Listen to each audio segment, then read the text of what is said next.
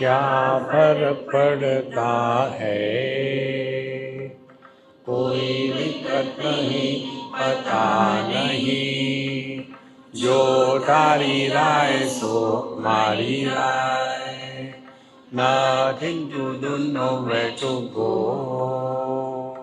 देखो सुनो मत बोलो,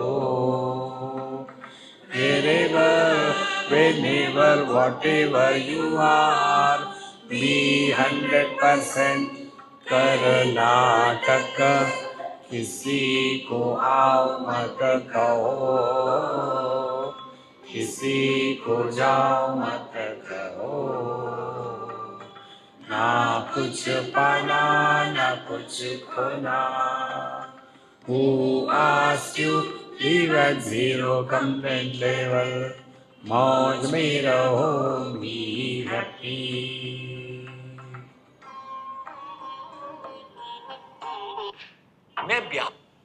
श्री कृष्णा श्री कृष्णा श्री कृष्णा श्री कृष्णा।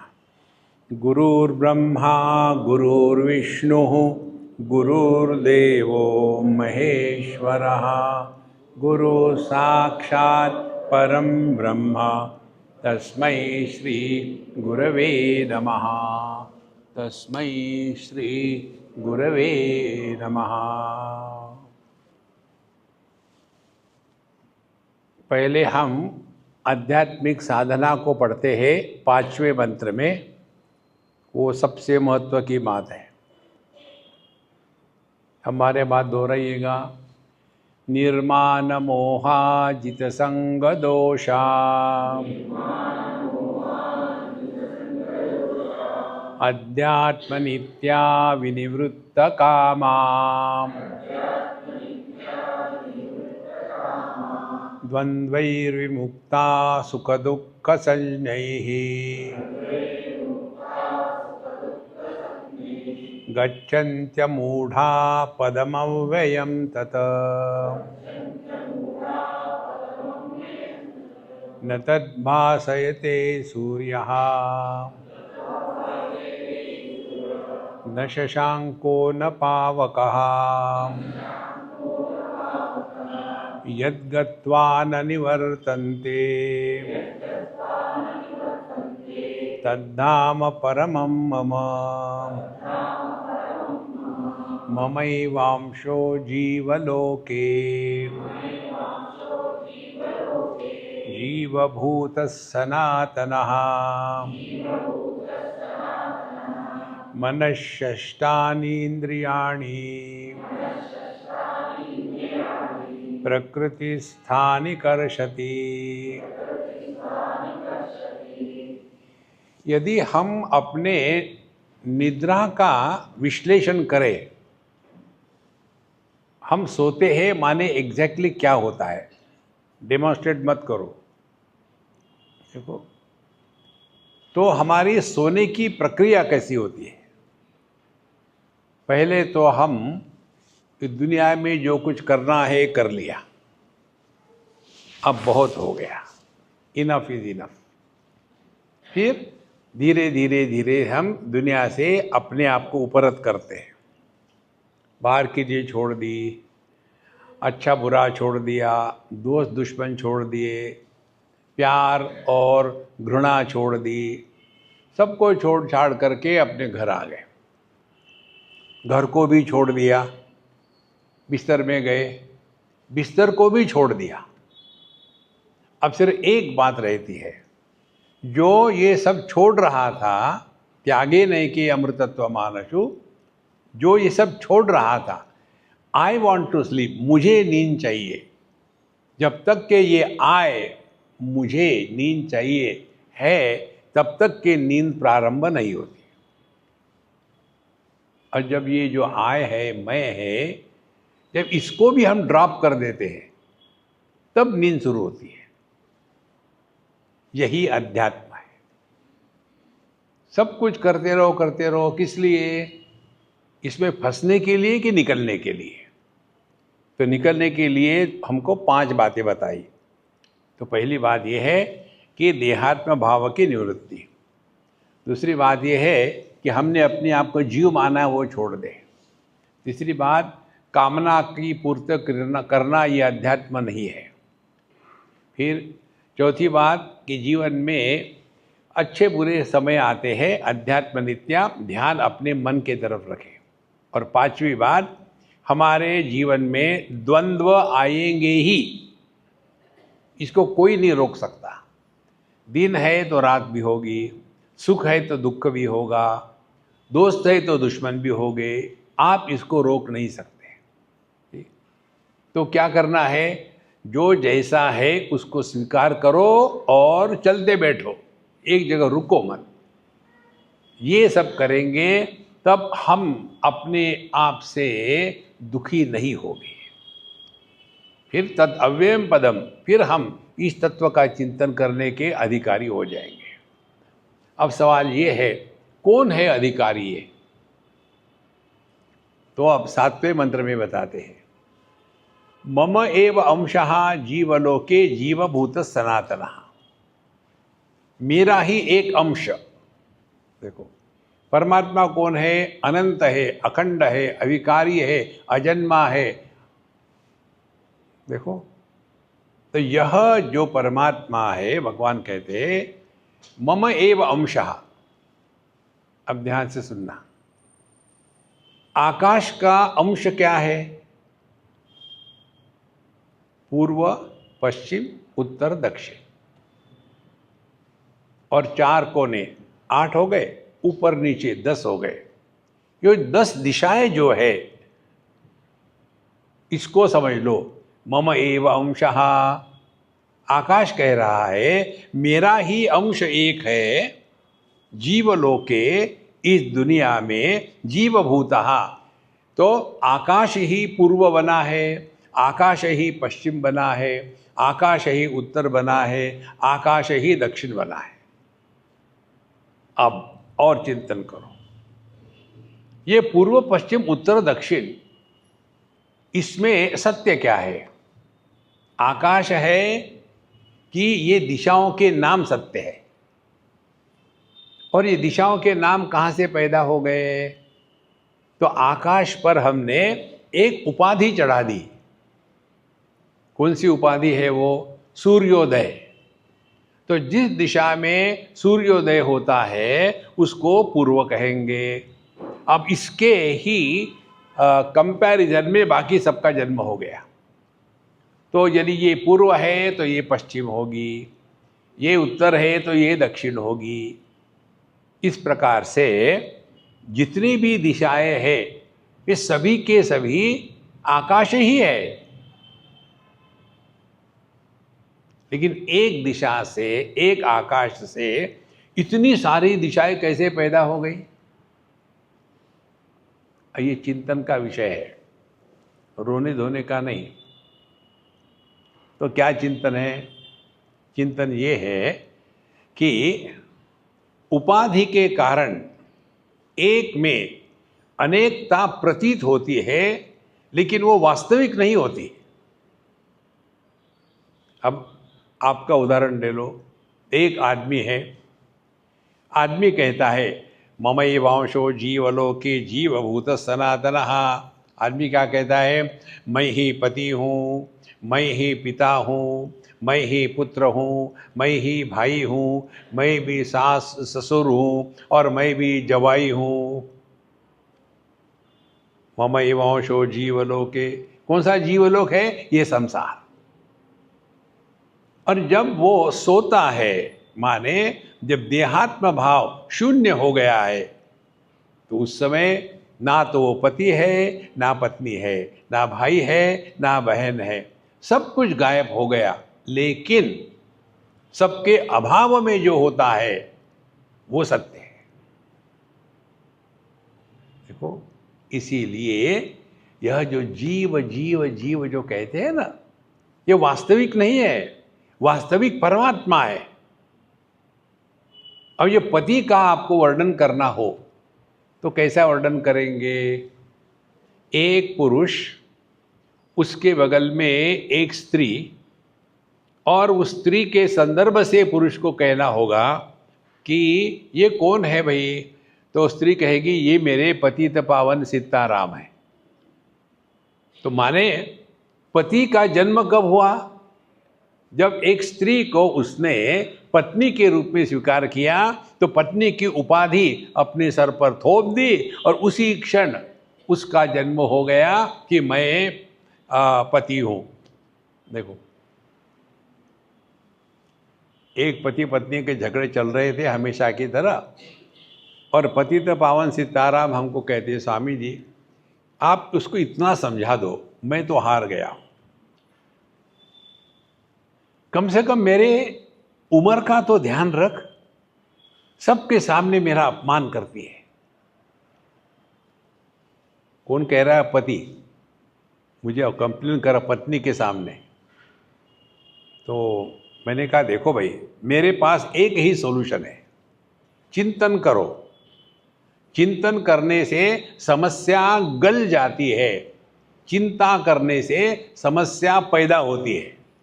तुम चिंता कर रहे हो, चिंतन करो। चिंतन क्या करना है? अब ये बताओ, तुम्हारी जो शादी हुई थी वो आगे पीछे हो गई थी कि साथ साथ हो गई थी? ऐसे हुआ था क्या कि पहले आदमी की शादी होगी, वो पति बन गया, और फिर 2-4 महीने के बाद पत्नी की शादी हो गई? शादी तो एक ही क्षण हो गई ना। हाँ जी। तो पति पत्नी की उम्र हमेशा एक होती है, लेकिन ये पतित पावन सीताराम अपने आप को बड़े 30 मार का समझते हैं, मैं बड़ा हूं, और इसी के कारण दुखी होते हैं। अब आगे चलो। फिर मैंने उनको कहा तुम्हारा विवाह हो गए कितने साल हो गए? बोले स्वामी जी 15 साल हो गए।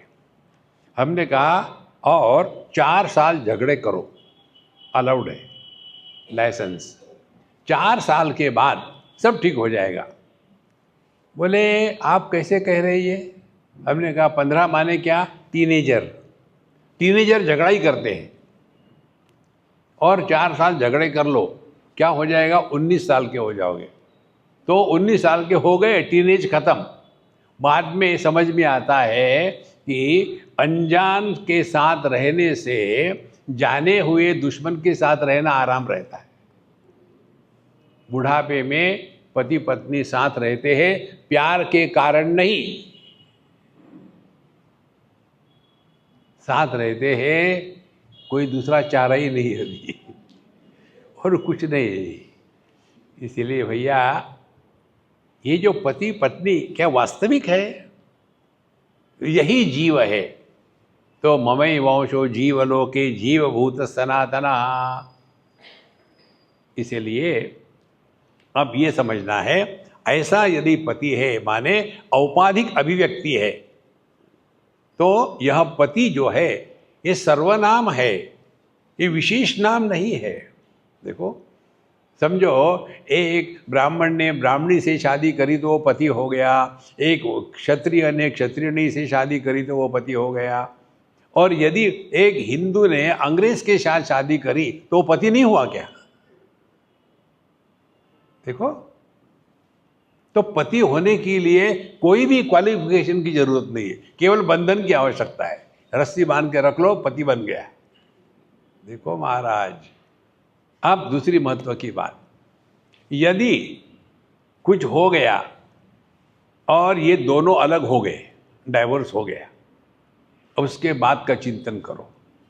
डाइवोर्स होने के बाद दोनों भी पति नहीं पत्नी नहीं, तो क्या फिर उनका श्राद्ध करो। किसी के मरने के बाद श्राद्ध करते हैं ना, श्राद्ध होता है क्या?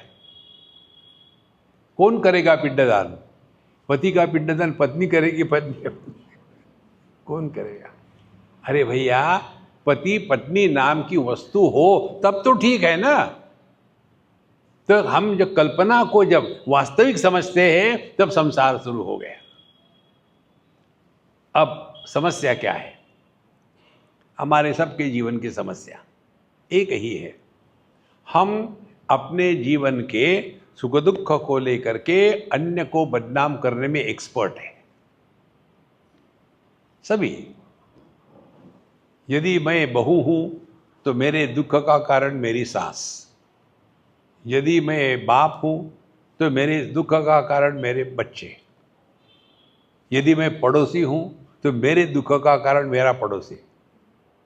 जब हम अपने दुख का कारण अन्य को बताएंगे तो हमारी साधना क्या होगी? अन्य को सुधारो। अपना तो सत्यानाश कर लिया है, अब दूसरे को सुधारो। इसीलिए चिंतन करो, कौन दुखी हो रहा है, तो आपको पता चलेगा। हर एक अनुभूति के मूल में एक बीज होता है। देखो, एक बार हम दिल्ली में थे और हमारा अच्छा मकान था, चारों तरफ खुली जगह थी, तो हम सोचे गार्डनिंग करें, क्योंकि हमारे बगल का जो मकान था उसमें बड़ा सुंदर गार्डन था। तो मैंने देखा क्या कर रहे हो, तो उसको ठीक ठाक करके ज़मीन बनाई, पानी भी लगा दिया, सब कुछ किया, और रोज़ मैं देखता था अभी पौधे आएंगे पौधे आएंगे। 1 दिन 2 दिन 15 दिन कुछ भी नहीं आया। तो मैंने पड़ोसी को पूछा, भाई तुम्हारे गार्डन इतना सुंदर है, मैं भी सब करता हूँ, ज़मीन बनाई है, उसको पानी दिया है, सब कुछ, क्यों नहीं पौधे आते? बोले आपने कौन सी बीज लगाए? तो बीज नहीं लगाए। बिना बीज का पौधा आएगा क्या? देखो, बिना मैं के विचार नहीं आ सकते।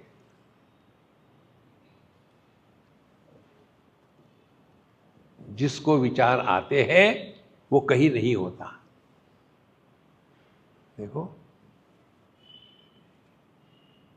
पिताजी के सामने है तो पुत्र किसका विचार करेगा? अपने हिटलर बाप का। यदि पत्नी के सामने है तो कौन विचार कर रहा है? कि पति विचार कर रहा है। किसका विचार करेगा? अपनी काली कराली भयानक आचा। यदि अपने पुत्र के सामने है तो आदमी विचार क्या करेगा? पता नहीं ये राक्षस मेरे घर में क्यों आया। तो तीनों का एक ही होगा कि हमारे दुख का कारण अन्य है, और ये जो अन्य दुखी हो रहा है इसकी कहीं सत्ता नहीं है। तो क्या करे? कर्नाटक, नाटक करो, और नाटक होने के पश्चात ड्रामा हो गया, कपड़े बदलो। आपको कथा बताई क्या हमने, याद नहीं। एक व्यक्ति था, वो राणा प्रताप का पाठ बहुत अच्छा करता था। उसका एक प्रोग्राम सक्सेसफुल हो गया, 2 हो गए, 100, 200, 1000, 2000, 3000 प्रोग्राम। वो राणा प्रताप का पाठ करने में एकदम एक्सपर्ट हो गया था। और हर परफॉर्मेंस होने के बाद फिर जाएगा ग्रीन रूम में, वहाँ के जो लड़के होते हैं सबके ड्रेस निकाल करके ठीक से रख देंगे, ऊपर से ताला लगा करके चिट्ठी लगाएंगे राणा प्रताप, और रख दिया डब्बे में।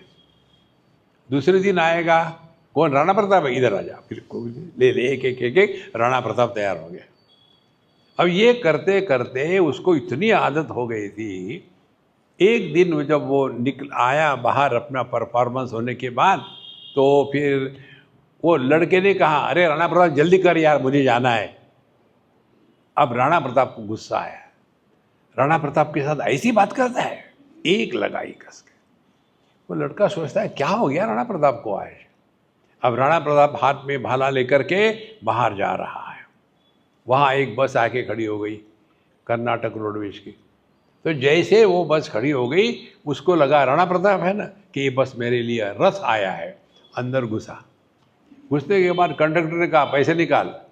राणा प्रताप को पैसे मांगता, एक लगाई कस के। उसका ढूलिया देख करके लोग डरते थे। तो ड्राइवर की और कंडक्टर की आंखों आंखों में बातें होती है। बोले चुप रहो, कुछ मत करो।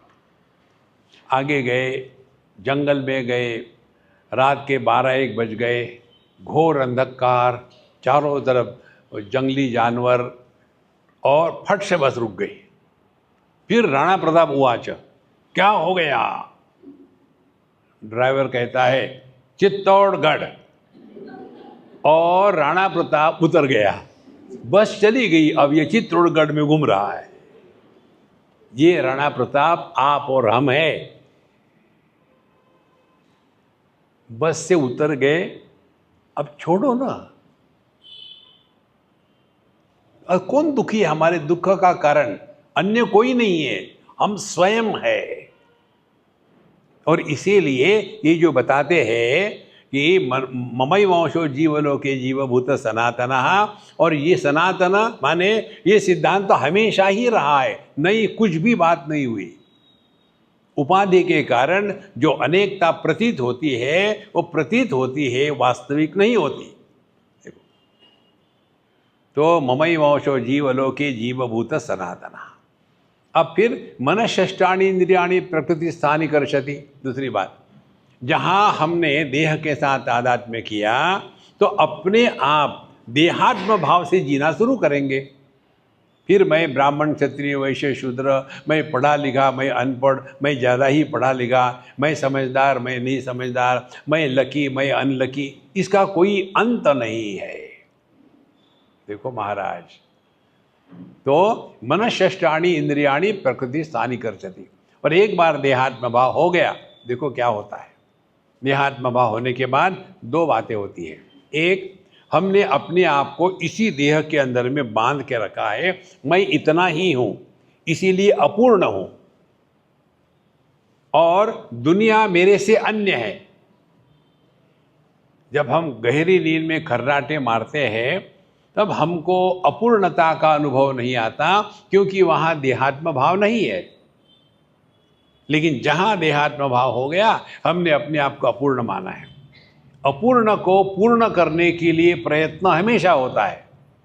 अब मुझे बताओ, जवान, हेल्दी, इंटेलिजेंट, फ्री ऐसा लड़का क्यों सोचे what A life without a wife?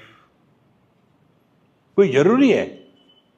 लेकिन अपने आप को अपूर्ण मान लिया, और एक बार उसने अपूर्ण मान लिया तो फिर चारों तरफ उसको हर जगह लड़की ही नजर आएगी, पत्नी ही नजर आएगी, दिमाग में एक ही चल रहा है। फिर एक बार गया हनुमान जी के मंदिर में, और वहाँ हनुमान जी के सामने खड़ा है कि हे हनुमान जी, मुझे कोई अच्छी लड़की दे दो, शादी करा दो। हनुमान जी को गुस्सा आया, मैं तुम्हारी शादी करा सकता तो मेरी नहीं करता, मेरा मजाक उड़ा रहे हो। और उतने में घंटी बजी, टन। हाँ, हनुमान जी ने मेरी प्रार्थना सुन ली और देखा, हाँ बिल्कुल फिट है मेरे लिए, हाइट भी ठीक है, दिखने के लिए सुंदर भी है, और बढ़िया है, राउंड फिगर नहीं है, फिगर बढ़िया है, अब होने ही वाला है। और फिर कुछ बहाना निकाल करके बोलना है, आप इसी समय इस मंदिर में कैसे आई? नहीं, मेरे अपने बच्चों को लेने के लिए आए स्कूल से। अरे रामा, हो गया सत्यानाश। अब देखो, जब तक के आप में अपूर्णता की भ्रांति होगी तब तक के आपके मन में शांति नहीं होगी। देखो, और ये अपूर्णता अपने मन की कल्पना है, वास्तविक नहीं है। कारण क्या है? हमने अपने आप को एक छोटे दायरे में बांध के रखा है, देह में बांध के रखा है। इसीलिए एक बार हमने देह मान लिया, फिर जगत के साथ व्यवहार करने के लिए हमारे पास कौन से इंस्ट्रूमेंट्स है? वो है 5 इंद्रिय और मन। तो मनःषष्ठानि इंद्रियाणि, तो ये शब्द स्पर्श रूप रस गंध, इसके पीछे हम दौड़ते रहेंगे।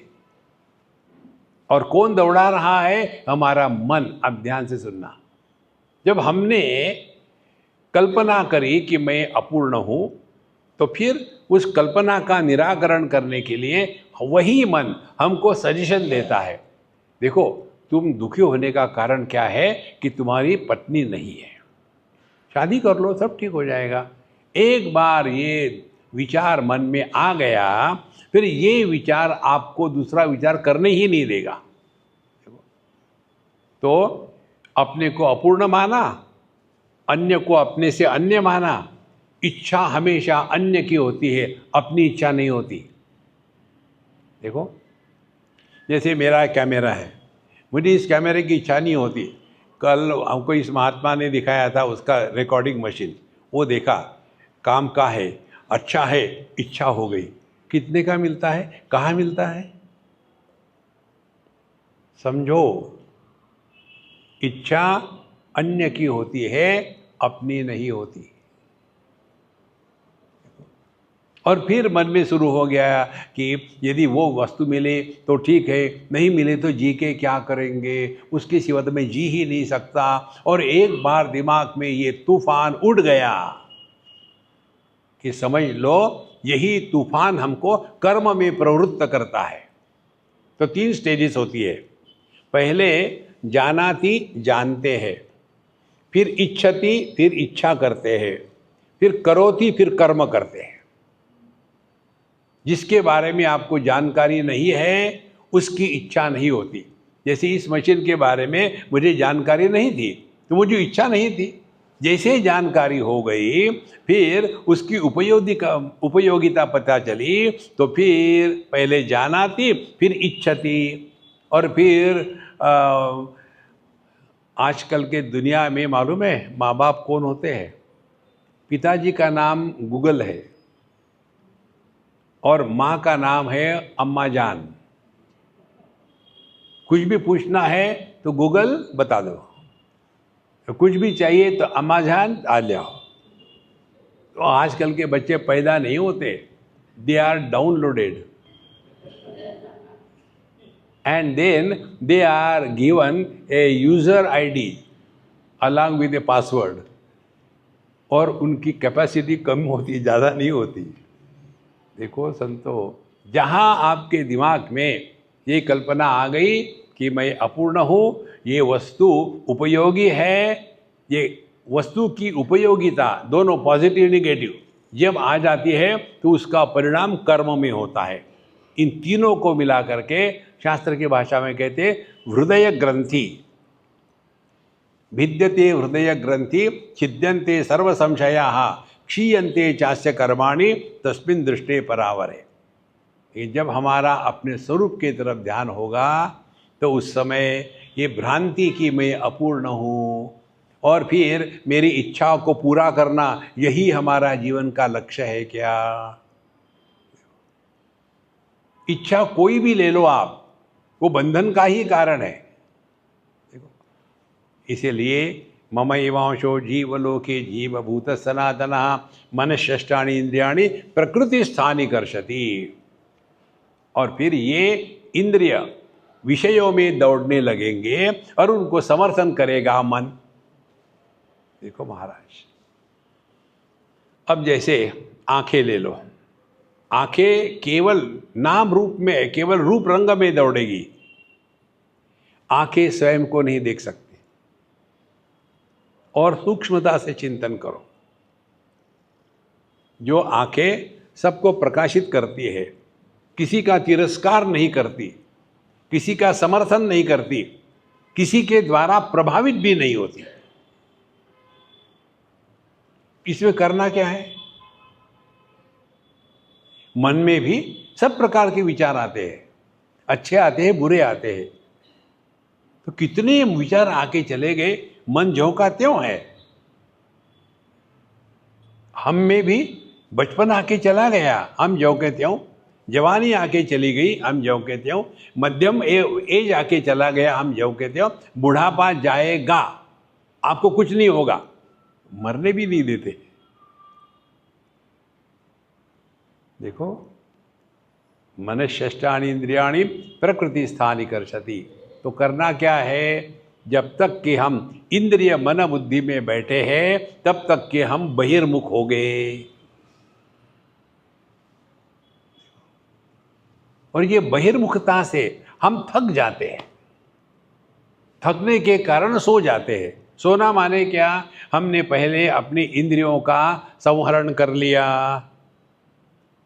उसके बाद अपने मन को शांत किया, और जब इंद्रिय मन दोनों शांत हो गए, देहात्म भाव खत्म हो गया, फिर हम प्रयत्न करते हैं, वो मैं है, ये प्रयत्न करने वाला मैं, ये भी जब खत्म हो जाता है तो जो सबके अभाव में होता है वो हमारा स्वरूप है, जिसका कभी अभाव नहीं होता। देखो, इसके लिए ये जीव का प्रसंग है। हमको पापी पुण्यात्मा बना करके स्वर्ग नरक में भेजने के लिए नहीं है। इसको कहते हैं शास्त्र की भाषा में तात्पर्य निर्णय। जो बताया है इसका प्रयोजन क्या है। देखो, हर विषय की अपनी भाषा होती है, शास्त्रीय भाषा होती है। जैसे कंप्यूटर साइंस ले लो, अब हमको अंग्रेजी आती है, लेकिन कंप्यूटर साइंस की भाषा हमको नहीं आती है। तो अंग्रेजी में ही लिखा है ना, लेकिन वो विषय भिन्न है। इसी प्रकार से इसी संस्कृत में लिखा है, लेकिन इसका आशय क्या है, प्रयोजन क्या है, तात्पर्य निर्णय क्या है, जब तक ये समझ में नहीं आएगा तब तक कि हम केवल घोटा ही लगाएंगे। जैसे अभी हम कर रहे थे ना, विष्णु सहस्रनाम, विष्णु विष्णु षट्कार भूत भव्य भूता। कोई भी कार्य मैकेनिकली होता है तो उसमें आपको लाभ नहीं होता। देखो, क्योंकि समस्या ज्ञान की है। तो मनश्चष्टानि इंद्रियाणि प्रकृति स्थानि कर्षते। एक बार हम बहिर्मुखी हो गए, अब उसके बाद फिर क्या होगा, अगले मंत्र में बताते हैं, शरीरम यदवाप्नोति यच्चाप्युत्क्रामतीश्वरः गृहीत्वैतानि संयाति वायुर्गन्धानि वाशयान्। अब देखो, पिछले श्लोक में जीवभूता जीव कहा है, वही अभी 8वें श्लोक में ईश्वर कहा है उसको। देखो, शरीरम यदवाप्नोति यच्चा अपि उत्क्रामति ईश्वरः। तो जिसको पहले जीव कहा वही ईश्वर है। देखो, जीव ईश्वर दोनों एक ही है। पंचकोशों की उपाधि को या आनंदमय कोश को धारण करने वाला जीव है और माया को धारण करने वाला ईश्वर है। देखो, तो अलग अलग नहीं है। अपने बच्चे को जन्म देने वाला पिता है और अपने पिता के संदर्भ से वो पुत्र है। वही एक ही व्यक्ति पिता भी है पुत्र भी है। ये कैसे संभव है? उपाधि के कारण। इसीलिए यदि हम देह के माध्यम से प्रकट होते समय देह के देहात्म भाव से प्रभावित हो गए तो हम जीव हैं। देह के माध्यम से प्रकट हो रहे हैं, लेकिन देह की कमियों के द्वारा हम प्रभावित नहीं हो रहे हैं, तो हम में ऐश्वर्य जागृत हो गया। देखो, अब कहाँ ढूंढोगे भगवान को, बताओ। ये अध्यात्म है, ये भगवत गीता है। तो जगत में हम जब जीते हैं, जीव के रूप में जी रहे। जीव का लक्षण क्या है? देखो, सुनो, बकबक करो। हर एक चीज के बारे में कमेंट करना आवश्यक है। जहां हम कमेंट करते हैं, कोई भी अच्छी या बुरी, तो वहां जीव का जन्म हो गया। देखो, हम आप सबको देख रहे हैं, भिन्न रंग रूप है, स्त्री पुरुष है, जवान बूढ़े है, और हम यदि इस पर कमेंट ना करें तो हम परमात्मा ईश्वर स्वरूप है। और यदि हमने कमेंट शुरू कर दिया तो एकदम ईश्वर से नीचे गिर गए। क्योंकि जब कमेंट करते हैं तो वहां एक व्यक्ति का जन्म हो जाता है, और यदि कमेंट नहीं करी तो केवल ज्ञान अभिव्यक्त हो रहा है, व्यक्ति का जन्म नहीं हुआ। इसीलिए ये जो मंत्र है, देखो, सुनो। दुनिया क्या है? नाम और रूप। रूप बाहर है। देखो, जैसे ये माइक, माइक के रूप है, आकार है। इस माइक को ये पता नहीं है कि इसको माइक कहते हैं। इसका नाम माइक मुझे पता है, मेरे मन में है। तो जब कहते हैं दुनिया माने नाम रूप, बाहर की जो दुनिया है वो रूप है और अंदर की जो दुनिया है वो नाम है। बाहर के दुनिया पर हमारा कोई नियंत्रण नहीं है। नियंत्रण करना ही है तो अंदर की दुनिया में करो।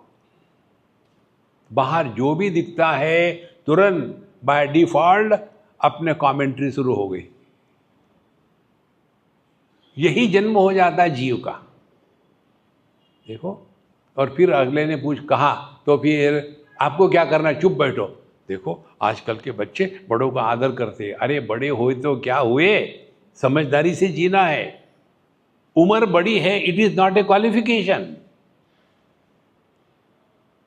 देखो हमारी आयु बढ़ गई है, इसमें हमारा क्या कंट्रीब्यूशन है। बेचारी पृथ्वी सूर्य के अगल बगल में दौड़ रही है और हमारी उम्र बढ़ रही है। नहीं, कितना अभिमान होता है। एक सिंपल गणित बताते आपको। जब जब हम दुखी होते हैं उस समय हमारा अहंकार, ईगो एकदम परमोच्च पहुंच चुका है। देखो आप खर्राटे मार रहे हो, सो रहे हो, और बच्चे कहते देखो दादाजी कितने जोर जोर से खर्राटे मारते हैं, लगता है पिछले जन्म में ये सुअर थे क्या। कह रहे हैं सब कुछ, लेकिन वो सोने वाला सुन नहीं रहा है, उसको दुख नहीं होता, क्योंकि वहां कोई नोबडी वाज बॉर्न। जहां हमारे जीवन में दुख आया, समझ लेना हमारा अहंकार प्रकट हो गया। दुख की चोट अहंकार पर पड़ती है, परमात्मा पर नहीं पड़ती। हमारे कन्हैया लाल को यशोदा मैया ने डांटा था, मिट्टी खाई, इतना गुस्सा आया और कहा मुझे लगता है कन्हैया तू पिछले जन्म में सुअर था क्या। तो भगवान को परेशानी, अरे इसने मुझे पहचान तो नहीं लिया, क्योंकि वराह अवतार मेरा ही था, और हमको कोई सुअर कहे तो कितना गुस्सा आएगा, क्योंकि मैं इतना सा है। तो हमारी आध्यात्मिक साधना चल रही है, इसका क्या लक्षण है, आप अपने दुखी होने को जस्टिफाई नहीं करें। Don't justify you are miserable. जिस दिन आप जस्टिफाई करोगे ना, स्वामी जी आपको पता नहीं हमने यही दिन देखने के लिए ये बच्चों को पैदा किया था क्या।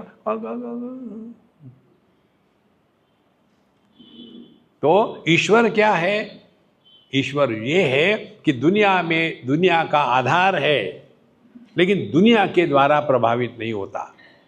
तो रूप रंग का ईश्वर कौन हो गया, हमारी दृष्टि। दृष्टि किसी पर कमेंट नहीं करती कि मुझे लाल रंग अच्छा लगता है, पीला नहीं अच्छा लगता, पीला येलो येलो डर्टी फेलो, नहीं, सबको प्रकाशित करती है, किसी के द्वारा प्रभावित नहीं होती। यही साधना है, इसके लिए ये प्रसंग आता है, जीव का प्रसंग। ये जीव को सत्य बताने के लिए नहीं है। तो शरीरम यदवाप्नोति यच्चाप्युत्क्रामति ईश्वरः। अब ऐसा करके हमने अपने आप को जीव मान लिया, और फिर कहानी चलती है कि कैसी कहानी है, हमने जीव को सत्य माना है। यदि इसी मंत्र में अपने आप को ठीक कर लो, कैसे, अब ये जीव को ईश्वर के रूप में प्रकट करना है, कैसे। देखो ईश्वर कौन है, ये विश्व का नियंता है, सबको कंट्रोल में रखता है, किसी के द्वारा प्रभावित नहीं होता। जैसे दृष्टि रूप रंग के लिए ईश्वर है। तो हमको अपने में ऐश्वर्य को जागृत करना है, तो क्या करना पड़ेगा, अपने इंद्रिय मन बुद्धि इस पर 100% नियंत्रण हो। देखो, लेकिन हमारी अपने वाणी पर कंट्रोल नहीं है। कहना नहीं चाहिए, देखो माताएं कहती है कहना नहीं चाहिए, लेकिन हमारे पड़ोसी की बहू हमारे बहू से 1000 गुना अच्छी है। अरे महारानी, जब मालूम है कहना नहीं चाहिए, चुप क्यों नहीं बैठती। देखो इसका कोई इलाज नहीं है। इसीलिए जो मंत्र है उसका आप सिंसियरली प्रैक्टिस करो। देखो, सुनो, मत बोलो। जब हम बोलते हैं, कुछ कहते हैं, उसी समय मैं पैदा हो जाता है। ये मैं को पैदा ही मत होने दो ना, तो उसको मिटाने का सवाल ही नहीं। लेकिन हम हिंदुस्तानी लोग हर एक के बारे में हर चीज़ जानना चाहते हैं। आप कहाँ से आए, क्यों आए, कब पैदा हुए थे, किस लिए पैदा हो गए थे, कोई जरूरी है? Who asked you? देखो, इसीलिए संतो अपने में ऐश्वर्य को जागृत करना माने अब जैसे दृष्टि रूप रंग से प्रभावित नहीं होती, उसी प्रकार से जीवन के सुख दुख के कारण हम सुखी दुखी पैदा नहीं होते, केवल सुख दुख को प्रकाशित करते हैं। तब हमने अपने आप में ऐश्वर्य को जागृत किया है। देखो, जब व्यक्ति जीवन में दुख आते हैं, इसका कारण अन्य को बता सकते हैं, लेकिन सभी के सभी दुखी अपने चॉइस से होते हैं। हमको कोई दुखी नहीं कर सकता जब तक हम उसके चॉइस, उसके साथ एक नहीं हो जाएंगे। देखो, don't support you are miserable. इसीलिए किसी ने आपको गलती से पूछा, मैंने ये सीखा आप ही लोगों से। मैं वहाँ था अपने नॉर्थ इंडिया में, शायद दिल्ली में या कहीं था, तो मैंने एक बूढ़ाओं को पूछा, बाबूजी, मैं गया, नमस्कार किया, बाबूजी आप कैसे हो? हाँ महात्मा जी जिंदा है। और मरो ना फिर।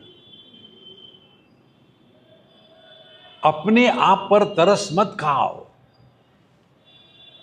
जैसे अन्य पर तरस नहीं खानी चाहिए, वैसे अपने आप पर उसको कहते हैं कार्पण्य दोष। कार्पण्य दोष माने अपने आप पर तरस खाना। तो मैंने पूछा, कैसा? ठीक है, जिंदा है। क्या करते हैं आप? कुछ नहीं, पड़े हैं।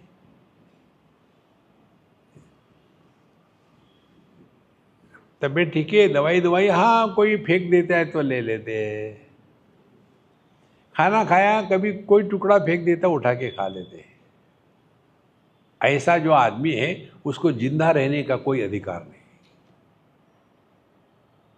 देखो, बड़े लोग घर में जब दुखी होकर के रहते हैं ना, तो उस घर में प्रवेश करने की इच्छा नहीं होती। बाहर से आ जाओ और घर में आने के बाद वही ग्लूम है, बिस्तर पर पड़े हैं, अरे राम राम राम राम। बच्चों को घर आने के लिए उत्साह चाहिए। एक उदाहरण आपको बताते हैं, अमेरिका की बात है। एक कपल था, मैं उनके यहाँ रहता था। उनकी 2 लड़कियाँ, दोनों कॉलेज में थी। तो वहाँ 4 दिन की छुट्टी आई, तो वो दोनों लड़कियाँ आ गई। तो मैं उनके साथ बात कर रहा था, उनको छेड़ रहा था। मैंने कहा, देखो यार, तुम तो जवान लड़कियाँ हो, ये 4 दिन की छुट्टियों में अपने बॉयफ्रेंड के साथ कहीं घूमने चले जाती, या बुढ़ाऊ माँ बाप के पास क्यों आए? उन्होंने मालूम है क्या कहा? बोले, स्वामी जी, हमारे बेस्ट फ्रेंड्स हमारे माँ बाप हैं, जिनको घर में शांति, प्रेम, आनंद नहीं मिलता, वही होटलों में जाते हैं, वही क्लबों में जाते हैं, और उन्हीं के जीवन में ये सब कुछ आता है। क्योंकि घर ऐसा हो कि जहां जाने के लिए आदमी तड़पता हो। कारण क्या है ये हमने समझा नहीं है। तो शरीरम यदवाप्नोति यच्चाप्युत्क्रामतीश्वरः। और फिर एक देह में काम पूरा नहीं हो गया तो दूसरे देह में गए, मर तीसरे देह में गए। अब यहाँ तीसरा सिद्धांत, एक शरीर से शरीर मर गया तो दूसरे शरीर में गए, माने मरा कौन? वो तो ज्यों का त्यों है। फिर ये दूसरा शरीर मर गया, तीसरे शरीर में गए, तो कौन मरा? अब 2 चीजें हैं जो मर नहीं सकती। एक जो सत्य है वो मर नहीं सकता, और जो प्रतीति है वो मर नहीं सकती। ना सतो विद्यते भावः ना भावो विद्यते सतः। इसको ठीक से समझ लेना। परमात्मा सत्य है, वो नष्ट नहीं हो सकता। जीवात्मा प्रतीति है, वास्तविकता नहीं है, वो भी नष्ट नहीं होता। तो जीवात्मा के जगह में पति पत्नी समझ लो। तो पति पत्नी ने यदि डाइवोर्स किया तो कौन मरा? देखो, तो ना तो परमात्मा मरता है ना तो जीवात्मा मरता है। कारण क्या है? जीवात्मा नाम की कोई ठोस वस्तु नहीं है। तो ये जो प्रतीति है, जिसको कहते हैं मिथ्या प्रत्यय, इसको क्या करोगे आप मुझे बताओ। जैसे आपने दोपहर को 12 बजे कहीं से आ रहे थे, बड़ी धूप थी, और आपने मृग तृष्णा, मृग जल, मिराज वाटर्स उसको देखा। अब उसको देखने के बाद उसको आप बोतल में भरने का प्रयत्न करोगे, उससे बचने के लिए दूर से जाओगे, क्या करोगे? सब दिखता है। तो उस मिराज वाटर्स को हमने जब जान लिया ये मृगजल सत्य नहीं है, प्रतीति है। अब प्रतीति के साथ हमारा व्यवहार कैसा होता है? पहली बात, प्रतीति को हम सुधारने का प्रयत्न नहीं करते। देखो, दूसरी बात, प्रतीति का हम उपयोग करना नहीं चाहते।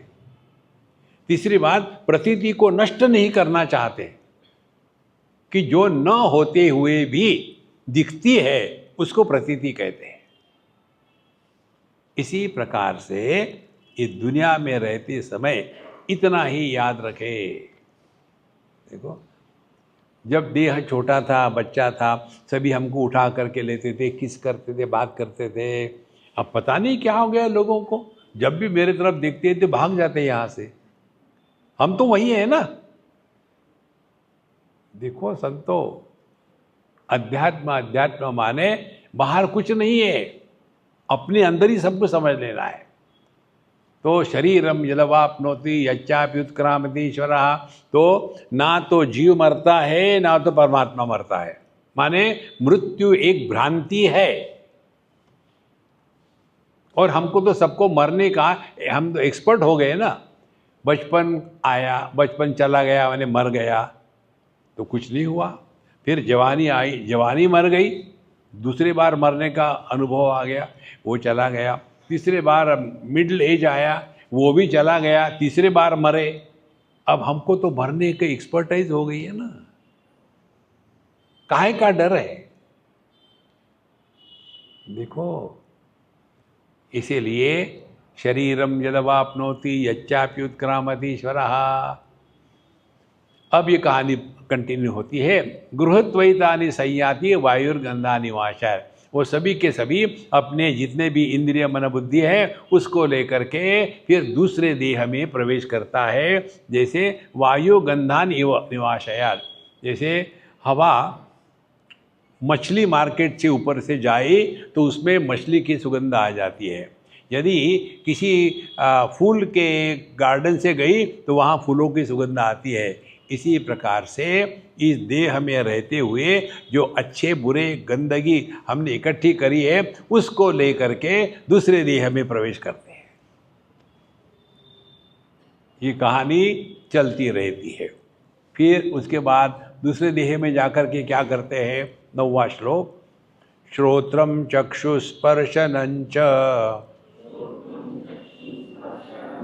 रसनं घ्राणमेव च अधिष्ठाय मनश्चायं विषयानुपसेवते। ये पांचों के पांच इंद्रिय लेकर के यह मन के द्वारा अनेक विषयों का भोग करता है। कौन? जीव। देखो, यहाँ से गए वहाँ। अब देखो, किसी को भी कभी सिखाना नहीं पड़ता, मुख से खाते हैं।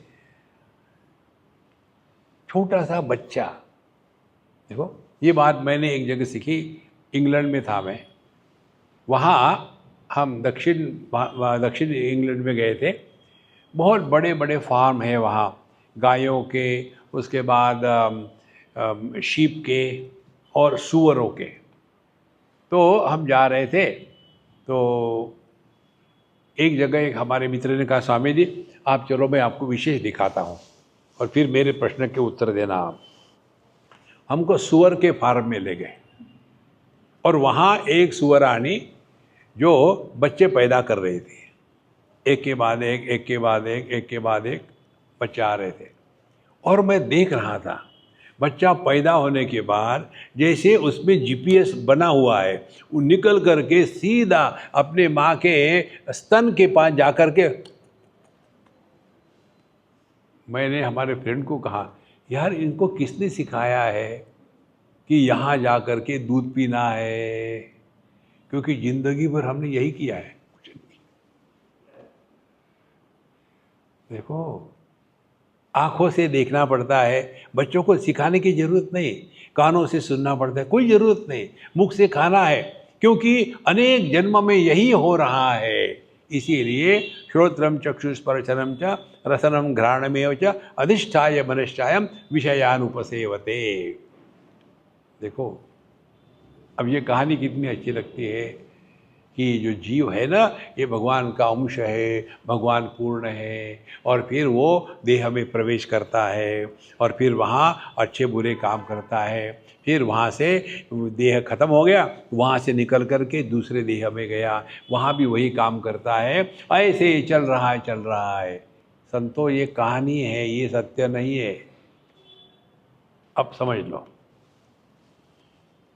परमात्मा के जगह में बिजली को पकड़ो, देह के स्थान पर बल्ब को ले लो, उसके अंदर में जो फिलामेंट होता है वहां मन को ले लो। अब ये बिजली केवल उसमें प्रकाश नहीं है, बल्ब बिजली को जुड़ा नहीं है, उसमें भी प्रकाश नहीं है। फिर जब ये बिजली बल्ब के माध्यम से गुजरती है तो वहाँ प्रकाश प्रकट होता है। प्रकाश प्रकट होने के बाद प्रकाश किसी चीज़ को निर्माण करता है क्या? जो ऑलरेडी है उसी को दिखाता है ना, कुछ निर्माण नहीं करता। देखो, और फिर आपने स्विच ऑफ कर दिया तो जो दिख रहा था वो कहाँ गया?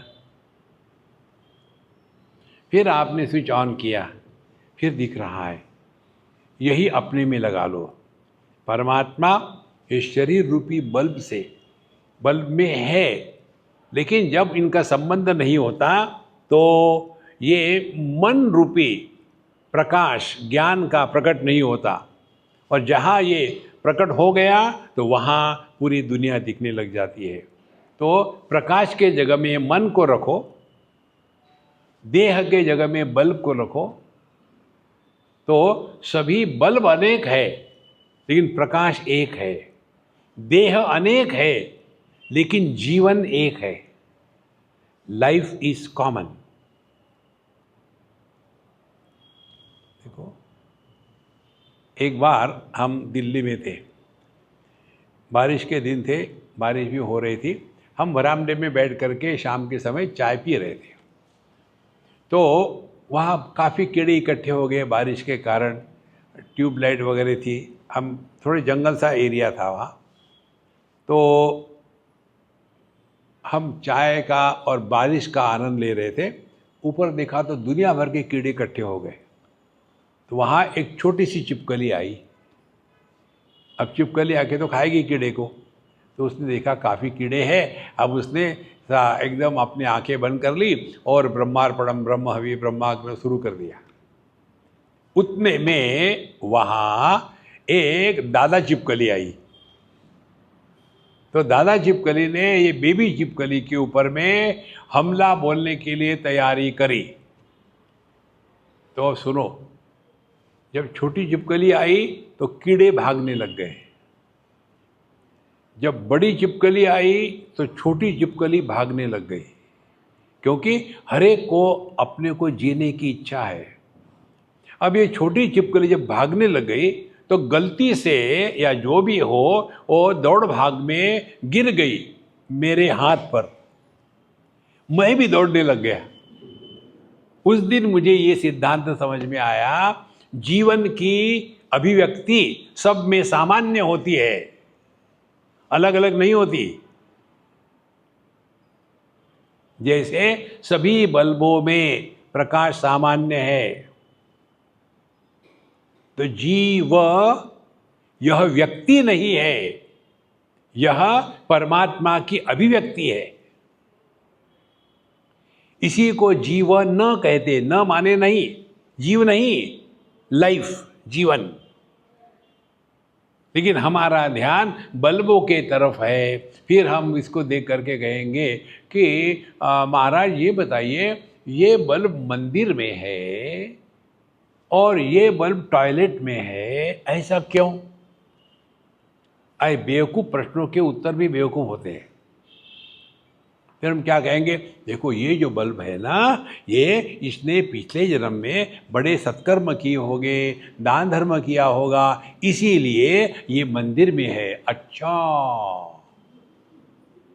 और ये बल्ब ये टेररिस्ट होगा, सबको कष्ट दिए होंगे। अब देखते रहो गंदगी। बातें हो रही है, इंटेलिजेंट लोगों की बातें हो रही है। उतने में क्या हो गया, मंदिर का बल्ब फ्यूज हो गया। महाराज अब क्या करें? क्या करें? यहां का हटाओ, यहां लगा दो। तो टॉयलेट का बल्ब हटाया, मंदिर में लगा दिया। ये क्यों हो गया? कोई पुण्य ऊपर आए होंगे। और ये मंदिर का बल्ब क्यों फ्यूज हो गया? भगवान को अच्छे लोग अच्छे लगते हैं।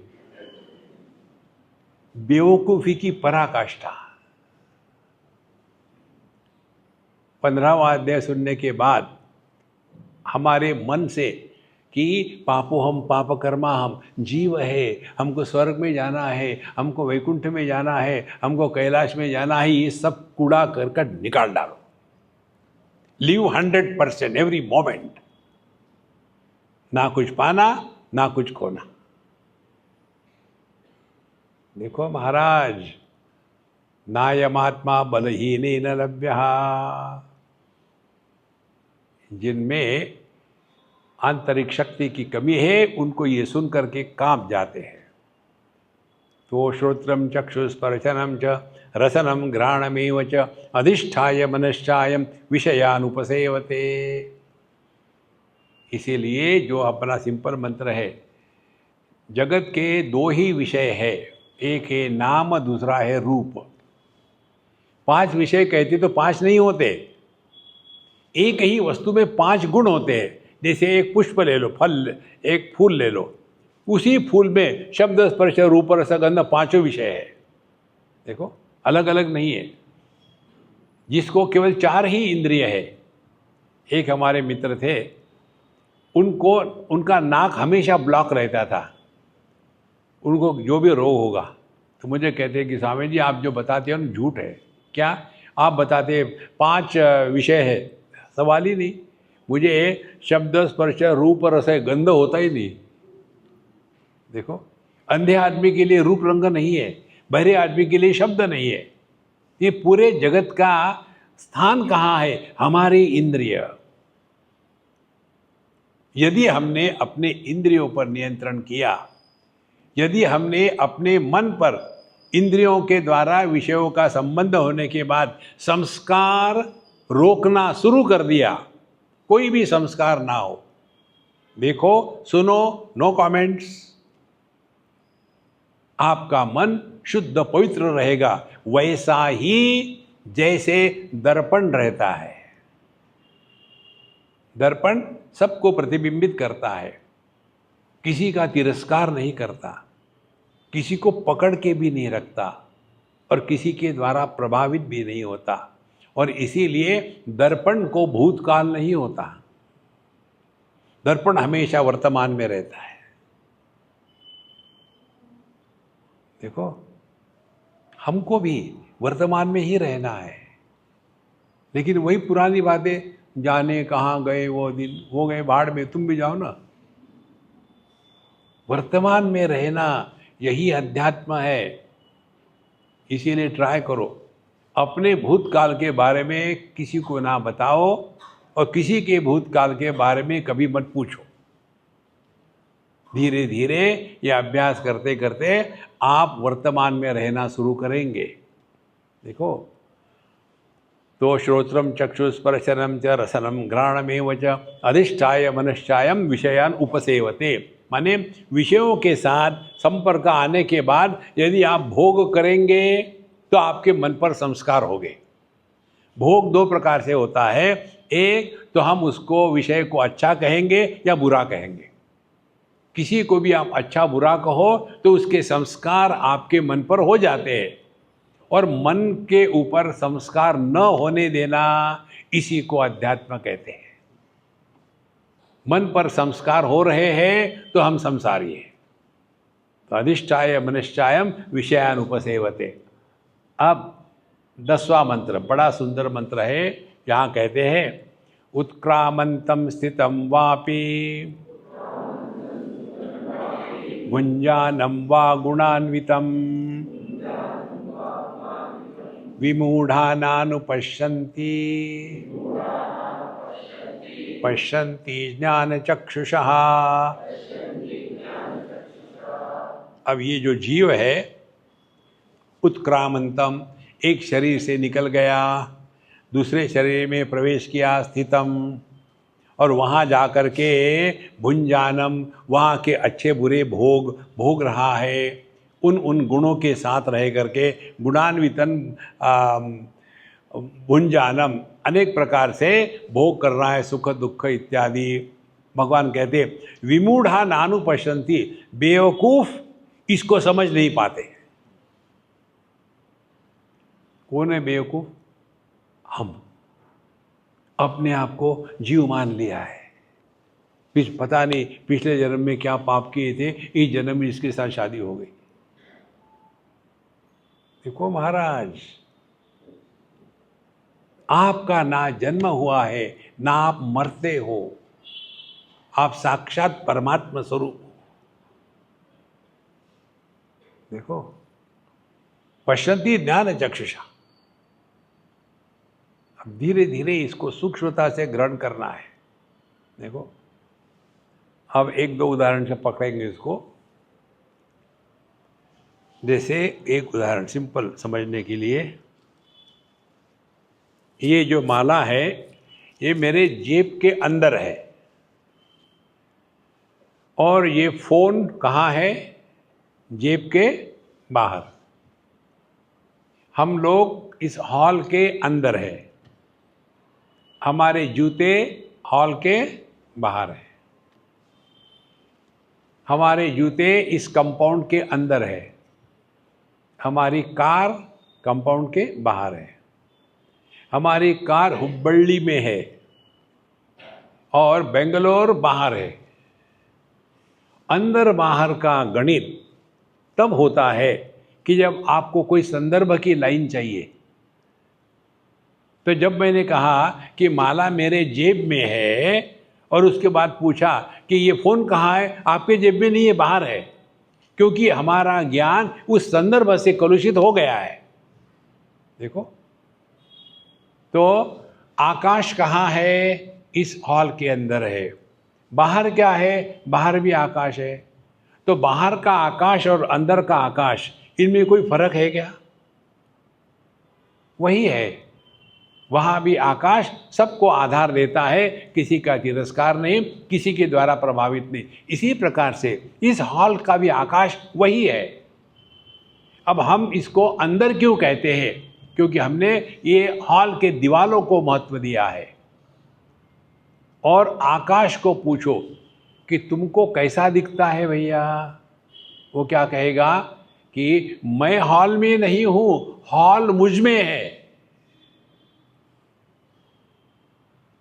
बाहर का आकाश नहीं होगा तो अंदर के आकाश की संभावना है क्या? यदि ये दीवालों को तोड़ डालो तो अंदर का आकाश बड़ा होगा कि छोटा होगा? कुछ नहीं होगा, क्योंकि ये हॉल उस आकाश में है। अब इसको अपने जीवन में उतारो। देखो, बहुत सिंपल है, कठिन नहीं। बाहर हवा, अंदर हवा, बाहर की हवा को हवा कहते हैं, अंदर की हवा को प्राण कहते हैं, नाम भिन्न है। बाहर के आकाश को रोड कहते हैं, अंदर के आकाश को मंदिर कहते हैं। आकाश तो आकाश ही है ना। धीरे धीरे समझ में आएगा ये, हड़बड़ाहट से नहीं। तो बाहर की हवा, अंदर का प्राण, अब दोनों का अखंड संबंध चाहिए। अब एक्सपेरिमेंट करो इसको समझने के लिए, कुंभक करो आप, माने बाहर की हवा का अंदर की हवा से संबंध तोड़ डालो, कुंभक करो। कितने समय तक? आधे घंटे तक। क्या होगा? प्रश्न ही होगा नहीं, सब समाप्त हो जाएगा। देखो, तो जब हम इसको समझते हैं, हमारे दृष्टि से हवा अंदर है बाहर है, हवा की दृष्टि से हम हवा में है। हम रहे ना रहे, हवा को कोई फर्क नहीं पड़ता। ये हवा नहीं रही तो हम नहीं रह सकते। ये हमारी भ्रांति क्या है? हवा हमारे अंदर है, नहीं, हम हवा के अंदर है। और आगे चलो, ये वस्तु बाहर है, इस वस्तु को मालूम नहीं कि इसका नाम माइक है, इसको मालूम नहीं इसकी इतनी कीमत है, ये जड़ है। देखो, और इसका नाम और रूप किसको मालूम है? मुझे मालूम है। ये ज्ञान कहाँ है? ये अंदर है। जो वस्तु हमारे ज्ञान के अंदर नहीं होती उसका हमको ज्ञान नहीं होता। जो वस्तु हमारे मन में प्रवेश करती है उसी का ज्ञान होता है। एक उदाहरण बताऊं आपको, ऐसे ही कि सत्संग था, तो सत्संग चल रहा था। एक छोटी सी बच्ची थी 5-7 साल की, वो धीरे धीरे चढ़ के ऊपर आई और मेरा सत्संग चल रहा था। मैंने उसको कुछ नहीं कहा। वो आकर के मेरे कान में कहती, स्वामी जी आपके दाढ़ी पर एक स्पाइडर है। तो हमने कहा टिश्यू पेपर ले लो, धीरे से निकालना, बाल मत खींचना, ये विग नहीं है, ओरिजिनल है। तो उसने करके निकाल के चली गई, फेंक दिया। अब क्या सीखना है? हमारे दाढ़ी पर स्पाइडर था, लेकिन वो हमारे मन में नहीं था, इसीलिए उसकी सत्ता हमारे लिए नहीं थी। देखो, तो दुनिया कहाँ है? बाहर नहीं है, दुनिया मन में है। पानी में गोबर मिला हो, मटमैला पानी हो, तो उसमें प्रतिबिंब कैसा दिखेगा? अस्पष्ट। और ये मटमैला पानी, इसको हिलाओ तो कैसे दिखेगा? अस्पष्ट और चंचल।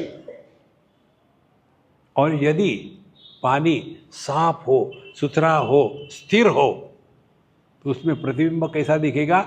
वस्तु जैसी है वैसा।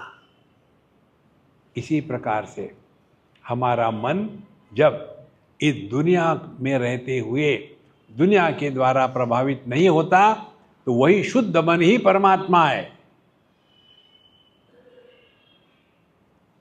तब ये बात समझ में आती, पश्यन्ति ज्ञान चक्षुषा। पूरी दुनिया केवल हमारे मन में है। जब हम सोते हैं तो क्या करते हैं? अपने मन को लपेट करके सिरहाने लग के सो जाते हैं। तो जहाँ मन को हमने बंद कर दिया नींद में, तो उस समय हम कहाँ है? देश गया, कब है? काल गया, कौन है? व्यक्ति गया, कैसे है? परिस्थिति गई। ये हम तो रहते हैं ना। तो ये दुनिया हम में है कि हम दुनिया में है? जिस दिन ये विचार की प्रणाली बदलेगी ना, उस दिन समझ लेना भगवान कृष्ण की कृपा हो गई है। इसीलिए भगवान कहते हैं विमूढ़ा नानु पश्यन्ति। हम अपने दुख में ऐसे फंसे हुए, रोते रहो। देखो, पश्यन्ति ज्ञान चक्षुषा। इसीलिए जैसे हम अन्य देह के तरफ देखते हैं, वैसे ही जब हम अपने देह के तरफ देखने लगेंगे ना, तब हमारा अपने पर नियंत्रण होगा। देखो, कोई देख नहीं रहा, चुरा लो। तो उत्क्रामत्तम स्थितम वापी गुंजानम वा गुणान्वितम, ये तब तक है जब तक हमने अपने को देह माना है, हमको देह के अंदर माना है। जहाँ ये देहात्म भाव से मुक्त होकर के अभी हम देहात्म भाव से जीते हैं। ये ज्ञान होने के बाद हम देह के माध्यम से प्रकट होंगे, लेकिन देही के रूप में नहीं। देखो, इसीलिए बच्चे देह से निकलते हैं, बच्चे हमारी पैदाइश नहीं है। बहुत महत्व की बात है।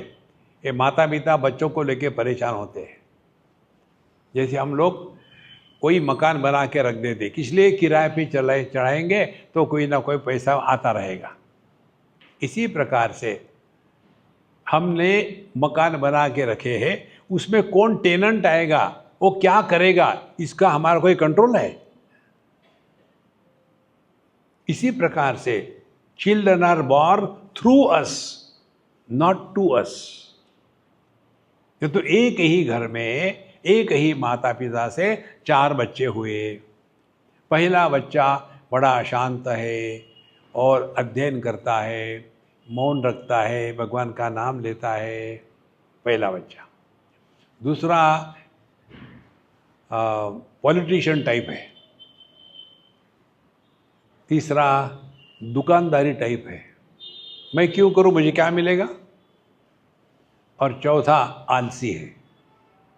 एक ही माँ बाप के 4 बच्चे, पहला ब्राह्मण, दूसरा क्षत्रिय, तीसरा वैश्य और चौथा शूद्र। ये अलग अलग कैसे आए? उनके शरीर से देखो तो सब एक जैसे होते हैं, लेकिन उनमें रहने वाला जो है वो हमारी पैदाइश नहीं है। देखो, इसीलिए विमूढ़ानानुपश्यन्ति पश्यन्ति ज्ञान चक्षुषा। अपने इस ज्ञान चक्षु को जागृत करना है। उसके लिए भगवद गीता पढ़ने से नहीं, इसका अध्ययन करना है। हमने बताया भी था आपको, राम सुखदास जी महाराज की गीता प्रेस की कमेंट्री है भगवद गीता पर, उसका आप अध्ययन करो। बाकी जो कर रहे करते रहो, उसका सबका मूल यही है। जब तक कि हम विचारों को ठीक नहीं करेंगे, कितना भी भगवान का नाम रटते रहो, भगवान को परेशान करेंगे। इसीलिए विमूढ़ानानुपश्यन्ति पश्यन्ति ज्ञान चक्षुषा, ये हो गया जीव का प्रसंग। इसके पश्चात आगे चलते हैं कल, घबराना मत। ओम पूर्णमदः पूर्णमिदं पूर्णात् पूर्णमुदच्यते पूर्णस्य पूर्णमादाय पूर्णमेवावशिष्यते। ओम शांति शांति शांति। हरि ओम। श्री गुरुभ्यो नमः। हरि ओम।